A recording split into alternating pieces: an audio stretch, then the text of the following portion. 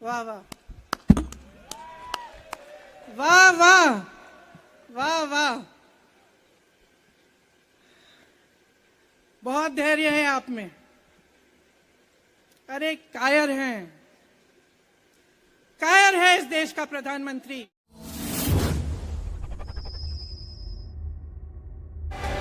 ये वो 56 सिंह का सीना है, क्योंकि जो सही में मजबूत होते हैं, जिनका सही में सीना 56 का हो, 55 का हो या 40 का हो, दिल से बंदा शेर होता है, दिल से 56 का सीना होता है। आपकी चार चौड़ी छाती देकर कोई 56 का सीना नहीं होता है। मोदी साहब, प्रधानमंत्री साहब, आपको इस सत्याग्रह से हम ललकारते हैं। हम मानेंगे आपका 56 का सीना है, हम मानेंगे आप ईमानदार है, हम मानेंगे ना खाया है ना खाने दूंगा। आप दिल खोल के 56 के सीने के साथ कहिए, अडानी मेरा मित्र था, अडानी मेरा मित्र है, अडानी मेरा मित्र रहेगा, लेकिन अगर उसने कुछ घोटाला किया है तो इस देश की खातिर अडानी को भी जांच से गुजरना पड़ेगा। हम गांधी जी की समाधि पर बैठे हैं। मैं राहुल गांधी जी को अपना नेता मानती हूं, अपनी प्रेरणा मानती हूं, और मैं कहती हूं कि वो एक शख्स है जिसके अंदर गांधी की आत्मा है और शेर का कलेजा है। और उस शेर से ये सरकार डर गई, ये हुकूमत डर गई, नरेंद्र मोदी डर गए। और प्रियंका जी ने बिल्कुल ठीक कहा, इस देश का प्रधानमंत्री कायर है। अगर वो कायर नहीं होता तो राहुल गांधी जी आज सांसद होते। मुझे ये कहने में बिल्कुल आपत्ति नहीं है। संसद के भीतर अगर राहुल गांधी अडानी का नाम लेता है तो आप डरते हैं। आप सोचिए, राहुल गांधी सड़क पर आकर जब बोलेगा तो आप थर थर कांपेंगे। इसमें कोई नहीं रोक सकता। ये उस खानदान का चिराग है जिस खानदान ने इस देश को रास्ता दिखाया, इस देश को रोशन किया, इस देश में अंधेरा हटाया। उस खानदान के चिराग को आप बुझाएंगे? आपकी इतनी औकात है? आप कायर हैं, आप डरपोक हैं, और हम आपसे नहीं डरते। न संघर्ष न तकलीफ, मजा क्या है जीने में। बड़ा बड़ा तूफान थाम जाएगी जब आग लगी हो सीने में। हम जरूर ये कामयाब होंगे। राहुल जी और प्रियंका गांधी जी दोनों मैदान में उतरे और ये जंग छेड़े। ये सबको पता चल गया कि मोदी जी हमारे जो प्रधानमंत्री है, ये मोदी एक सिर्फ एक कायर की नाम होते हैं। प्रधानमंत्री मोदी सिर्फ एक कायर है और कुछ नहीं। एक महीने के अंदर अंदर जज कह देते हैं कि राहुल गांधी को 2 साल की सजा मिलेगी। आपने देखा इस देश में कितने केस हैं कि जेल में 10 साल के लिए पड़े रहते हैं, उनकी सुनवाई नहीं होती। ये तो सुनवाई भी फट से हो गई, जजमेंट भी फट से हो गई, सजा भी फट से हो गई।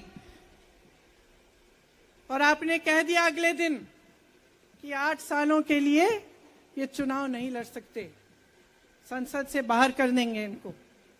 वाह वाह वाह वाह वाह वाह, बहुत धैर्य है आप में। अरे कायर हैं, कायर है इस देश का प्रधानमंत्री। लगा दो केस मुझ पर,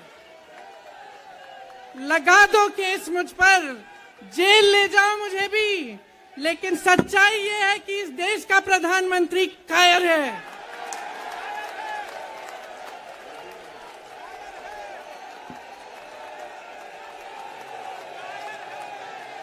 अपनी सत्ता के पीछे छुपा हुआ है, अहंकारी है, और इस देश की बहुत पुरानी परंपरा है, इस देश की बहुत पुरानी परंपरा है, हिंदू धर्म की पुरानी परंपरा है कि अहंकारी राजा को जनता जवाब देती है। तो अब कांग्रेस का नया नाटक शुरू हो चुका है। सड़क पर उतरकर कांग्रेस के नेता राहुल गांधी के सांसदीय जाने का विरोध कर रहे हैं। पूरे देश में कांग्रेस आक्रामक है, विरोध प्रदर्शन कर रही है। कांग्रेस ने हल्ला बोल दिया है, मोदी सरकार के खिलाफ जमकर प्रदर्शन किया जा रहा है। दिल्ली में राजघाट के साथ साथ सभी जिला मुख्यालयों में सत्याग्रह चलाया जा रहा है। सत्याग्रह इस बात का कि गांधी परिवार ने इस देश के झंडे को, इस देश की धरती को, इस देश के लोकतंत्र को अपने खून से सींचा है। यही तो दावा कर रही हैं चीख चीख कर कांग्रेस की महासचिव प्रियंका गांधी। यही तो संदेश देने की कोशिश कर रही हैं देश को कि उन्होंने, उनके परिवार ने जो देश के लिए किया है, किसी ने नहीं किया। शहादत दी है, खून बहाया है। अब प्रियंका गांधी के इसी बयान का पलटवार बीजेपी ने किया है। बीजेपी प्रवक्ता सुधांशु त्रिवेदी ने इस बार प्रियंका गांधी के खिलाफ मोर्चा संभाला है। सुधांशु त्रिवेदी ने कांग्रेस के सत्याग्रह पर सवाल उठा दिया है। कांग्रेस की महासचिव प्रियंका गांधी पर सवाल दागा है। कहा है, संपूर्ण लोकतंत्र के प्रति अपमान करने वाले लोग सत्याग्रह के नाम पर महात्मा गांधी जी की समाधि पर जो कर रहे हैं, इसमें सत्य के प्रति कोई आग्रह नहीं, बल्कि अहंकार का दुराग्रह निर्लज्जता के साथ दिख रहा है। बीजेपी पर, मोदी सरकार पर लगाए गए कांग्रेस के आरोपों को निराधार बताते हुए सुधांशु त्रिवेदी ने कहा कि जो भी हुआ वो न्यायिक प्रक्रिया का हिस्सा था। संसद का पुराना नियम था जिसके तहत सदस्यता गई। ये लोग न्यायालय के प्रति दुराग्रह कर रहे हैं। हम बहुत स्पष्ट रूप से कहना चाहते हैं कि इस पूरी प्रक्रिया में जो कुछ भी हुआ वो एक न्यायिक प्रक्रिया का हिस्सा था। न्यायिक प्रक्रिया के द्वारा उन्हें सजा हुई और यह बहुत समय से भारत की संसद के द्वारा बनाया नियम है जिसके तहत उनकी सदस्यता स्वतः चली गई। जैसे अगर आपका एंट्रेंस एग्जाम का रिजल्ट खारिज हो जाए तो आप विश्वविद्यालय में प्रवेश ले चुके हो तो वह स्थान स्वतः आपका खारिज हो जाता है। यह इसमें लीगल पोजीशन है। फिर सुधांशु त्रिवेदी प्रियंका गांधी के वायरल हो रहे बयान पर आए। गांधी परिवार के देश के लिए खून बहाने के दावे पर आए। इस देश के लोकतंत्र को मेरे परिवार ने अपने खून से सींचा है वाले बयान पर सुधांशु त्रिवेदी ने कहा, हमें तो इतिहास में पढ़ाया गया था कि गांधी जी ने बिना खून बहाए देश को आजादी दिलाई थी। तो प्रियंका जी पहले तय कर ले कि कौन से कांग्रेस के लोग ने खून बहाया। एक कांग्रेस का राष्ट्रीय स्तर का नेता बताएं जिसने आजादी के लिए खून बहाया, काला पानी की सजा काटी या अंग्रेजों की गोली खाई। मुझे बड़ा आश्चर्य होता है, आज तो तथाकथित सत्याग्रह गांधी जी की समाधि पर चल रहा है। अब वो कह रही है खून से सींचा और हमें तो इतिहास में पढ़ाया कि बिना एक भी खून की बूंद बहाए आजादी मिल गई। तो भाई प्रियंका जी क्या सत्य है ये तो बता दीजिए। जो आपकी सरकारों के दौरे हुकूमत में किताब में पढ़ाया गया कि गांधी जी ने बगैर खून की बूंद बहाए आजादी दे दी, या वो जो आप कहने का प्रयास कर रहे हैं। और फिर यदि ये कह रही हैं तो मैं कांग्रेस पार्टी को चुनौती से कहता हूं कि वो एक कांग्रेस का राष्ट्रीय अध्यक्ष स्तर का नेता बताएं जिसने अंग्रेजों के जमाने में जिसका खून बहा। बीजेपी नेता ने कांग्रेस के सत्याग्रह को सरासर गांधी जी का अपमान करार दिया है। कहा है, गांधी जी ने अपना पहला सत्याग्रह सामाजिक कारण से किया था, जबकि यहाँ ये अपने लिए, अपने निजी कारण से सजायाफ्ता होने के बाद न्यायालय के खिलाफ करते दिख रहे हैं। गांधी जी की समाधि और शब्द दोनों का प्रयोग किया है तो यह गांधी जी के प्रति भी एक अवमानना और दुराग्रह दिखता है, क्योंकि गांधी जी ने अपना पहला सत्याग्रह 1906 में ट्रांसवाल में सामाजिक कारण से किया था। भारत में 1919 में रोलेट एक्ट के लिए किया था। यह पहली बार अपने लिए, अपने निजी कारण से न्यायालय के द्वारा सजाए याफ्ता होने के बाद न्यायालय के विरुद्ध करते हुए दिखाई पड़ रहे हैं। इससे अधिक दुराग्रह और दंभ सत्याग्रह के आवरण में संभव नहीं है। फिर सुधांशु त्रिवेदी ने यह भी कहा, वो जो भी आरोप लगा रहे हैं वो निराधार है। सरकार के ऊपर कितना कुछ कहा, पीएम के ऊपर विश्वमन किया, लेकिन तब आप भारत और पिछड़े समाज के खिलाफ घृणा फैलाते हैं और उस पर आपको सजा होती है। फिर आप राजनीतिक आरोप लगाने का प्रयास करते हैं। तो इसमें मुझे उद्दंडता और निर्लज्जता दोनों नजर आती है।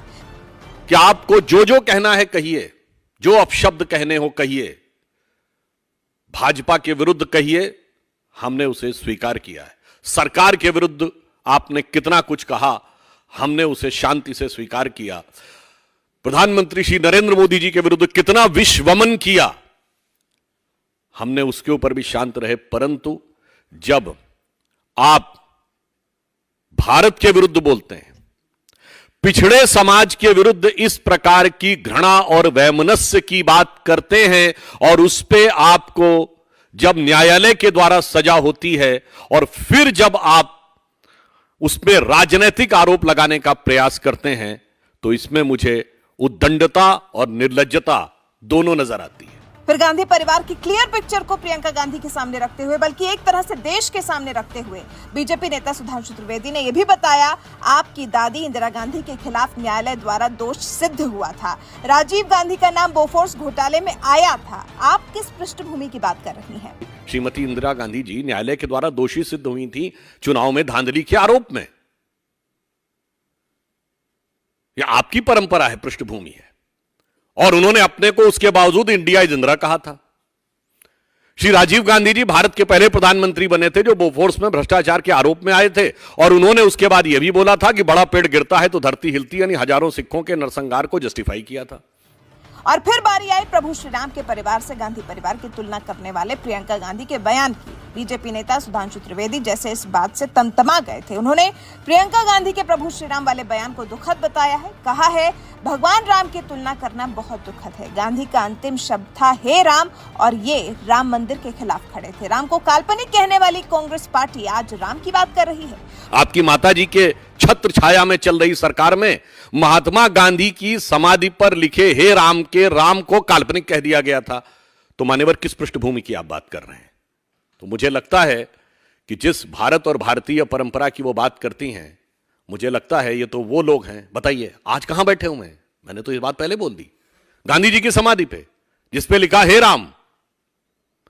गांधी जी का राजनीतिक दर्शन था राम राज्य, नित्य का भजन था रघुपति राघव राजा राम, अंतिम शब्द था हे राम, और ये राम के मंदिर के खिलाफ खड़े, राम भक्त कारसेवकों के खिलाफ खड़े, राम को काल्पनिक बताने वाले आज अपने अहंकार को छुपाने के लिए भगवान राम के नाम का प्रयोग कर रहे हैं। कुल मिलाकर अपने सत्याग्रह के मंच से प्रियंका गांधी ने बीजेपी के विरोध में माहौल बनाने की जितनी भी कोशिश की, सुधांशु त्रिवेदी ने सब पर पानी फेर दिया। सुधांशु त्रिवेदी ने प्रियंका गांधी के एक एक आरोप का जवाब दिया है। पूछा है कि बताएं प्रियंका, आखिर उनके परिवार में से किसने लोकतंत्र के लिए खून बहाया है, किसने इस धरती को अपने खून से सींचा है? जिसका जवाब यकीनन प्रियंका गांधी के पास नहीं होगा। लेकिन देखिए किस अंदाज में अपने सत्याग्रह कार्यक्रम के मंच से प्रियंका गांधी ने देश की मौजूदा सरकार के खिलाफ, भाई की सांसदी जाने के खिलाफ हुंकार भरी थी।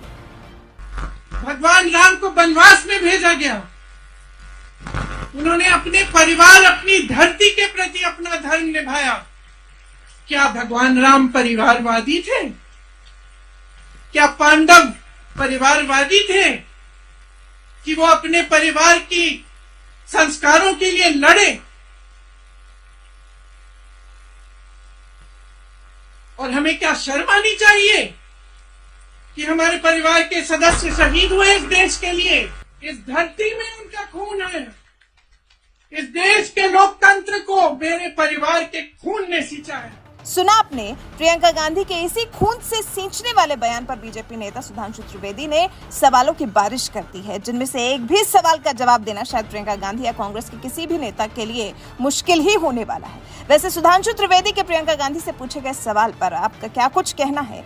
बीजेपी नेता ने जिस तरह से प्रियंका गांधी पर पलटवार किया है, उस पर आपका क्या कहना है? अपनी राय हमें कमेंट कर जरूर बताएं।